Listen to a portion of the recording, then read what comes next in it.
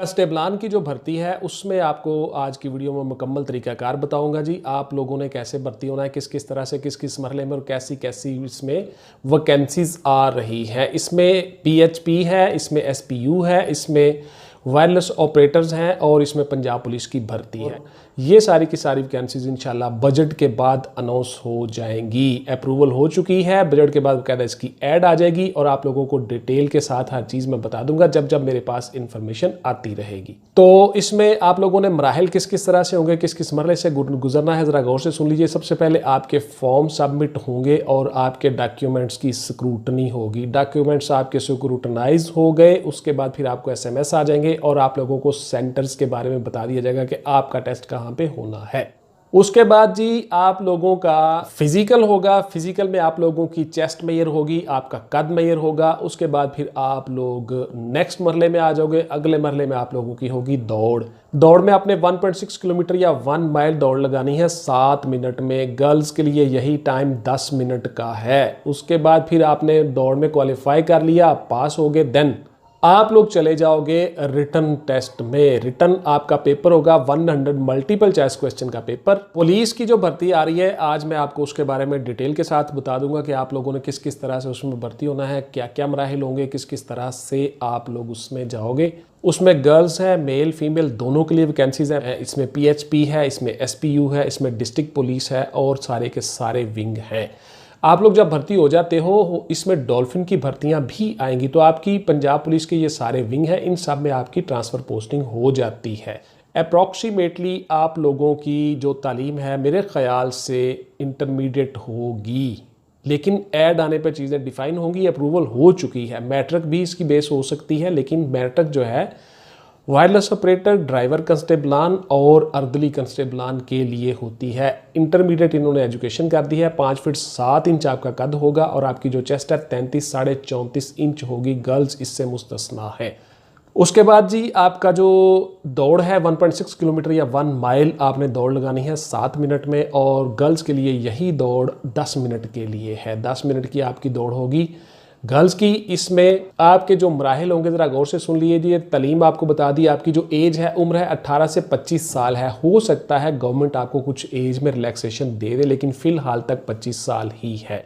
आप लोगों की जो तालीम है अगर इंटरमीडिएट से ज़्यादा है, बीए बीएससी है, देन बहुत अच्छी बात है। आप तमाम डिग्रियां स्नात अपने साथ लगाओगे। डोमिसाइल सीएनआईसी और जो ड्राइवर कंस्टेबल के लिए आप अप्लाई करोगे आप लोग अपना ड्राइविंग लाइसेंस भी साथ लगाओगे।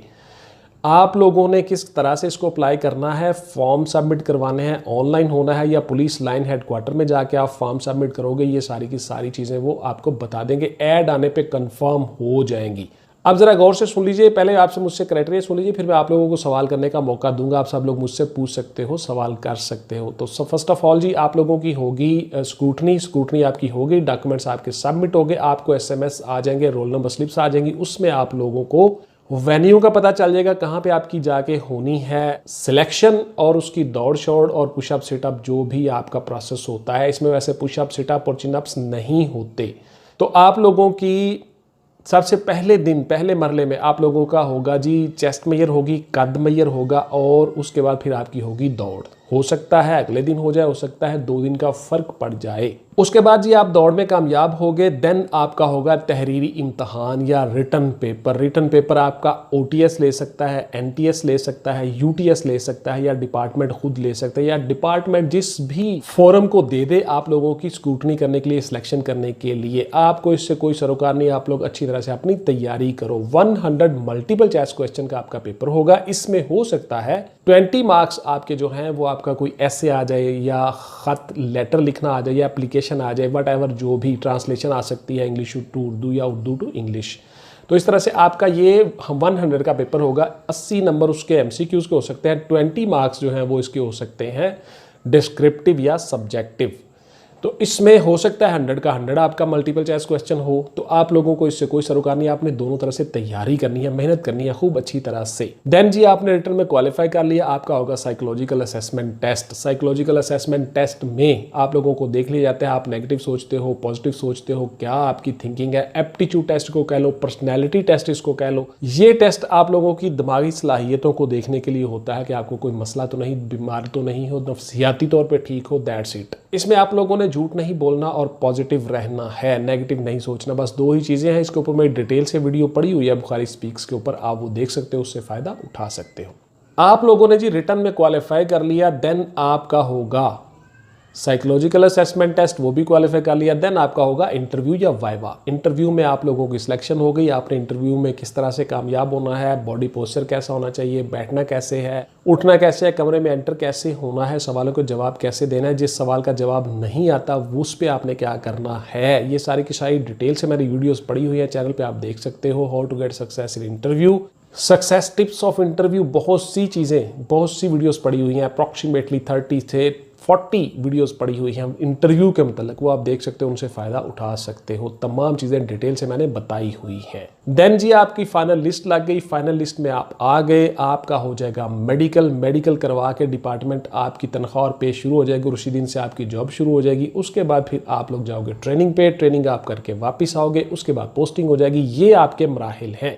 अब आप अपने ज़रा सवाल जवाब जो भी जितनी चीज़ें आपके जहनों में हैं, क्वेरीज हैं, वो ज़रा मुझसे कर लीजिए सवाल के, किस किस तरह से हमने क्या क्या चीज़ें करनी है। जो भी आप पूछना चाहते हो आप पूछ लो।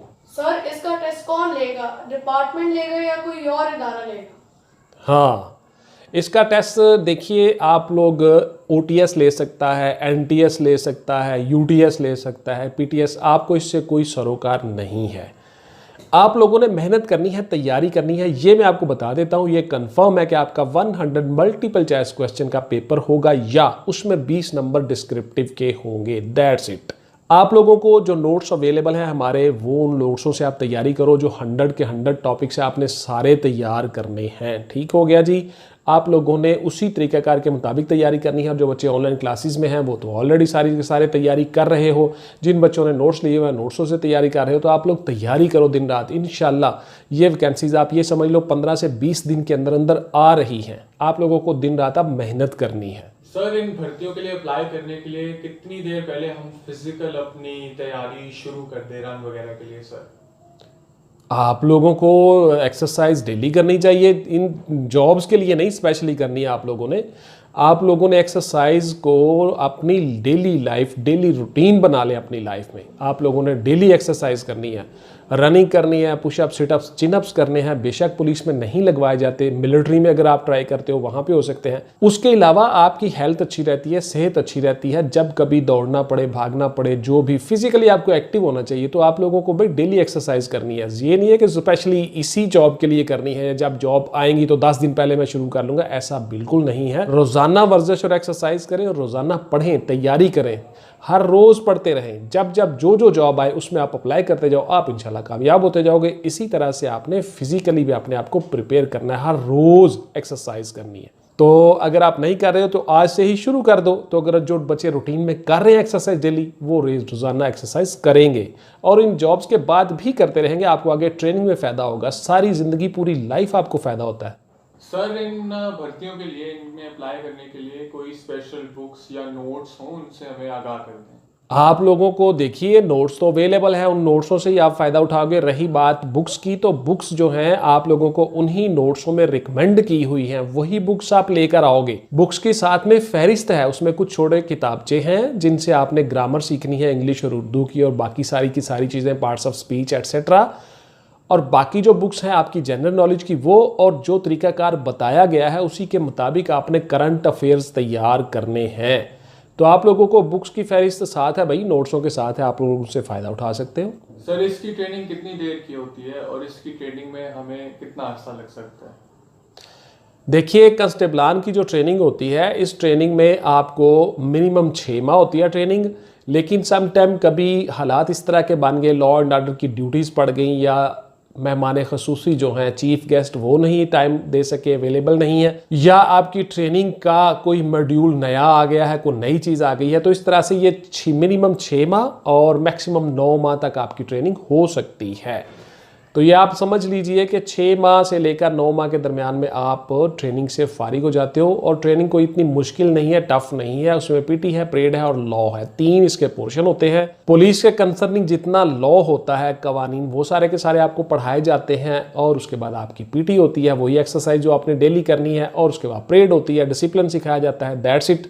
आसान ट्रेनिंग होती है, सब बच्चे इसमें पास हो जाते हैं। तो इस तरह से आपको जो सवाल होंगे मज़ीद जो जहन में आएंगे, यूट्यूब कमेंट्स में आप मुझसे वो सवाल कर सकते हो। जो बच्चे मुझे लाइव देख रहे हैं ज़रा गौर से सुन लें, आप लोग कमेंट्स में सवाल किया करें। व्हाट्सएप पे आके कोई सवाल नहीं करेंगे। व्हाट्सएप पे आके आप सवाल शुरू कर देते हो, व्हाट्सएप पे मैं कोई जवाब नहीं देता। अगर मैं किसी एक बच्चे का जवाब देने बैठ जाऊँ व्हाट्सएप पे, तो फिर आगे बात से बात निकलती है और मैं सारी उम्र व्हाट्सएप पे जवाब ही देता रहूँगा। लाखों लोग मुझे व्हाट्सएप कर रहे होते हैं, तो इसलिए सॉरी, मैं वो जवाब नहीं देता। आपको क्लियर कट बता दिया, फिर आपका गिला नहीं बनता। यूट्यूब कमेंट्स में जब भी मुझे मौका मिलता है मैं जवाब ज़रूर देता हूँ। उसके अलावा ऑनलाइन क्लासेस में आप आ जाओ, जितने मर्जी सवाल करो, साथ साथ तैयारी करो, दैट्स इट। और भी बहुत से काम होते हैं। तो इंशाल्लाह आपके जो जवाब होंगे यूट्यूब कमेंट्स में ज़रूर देने की कोशिश करूँगा।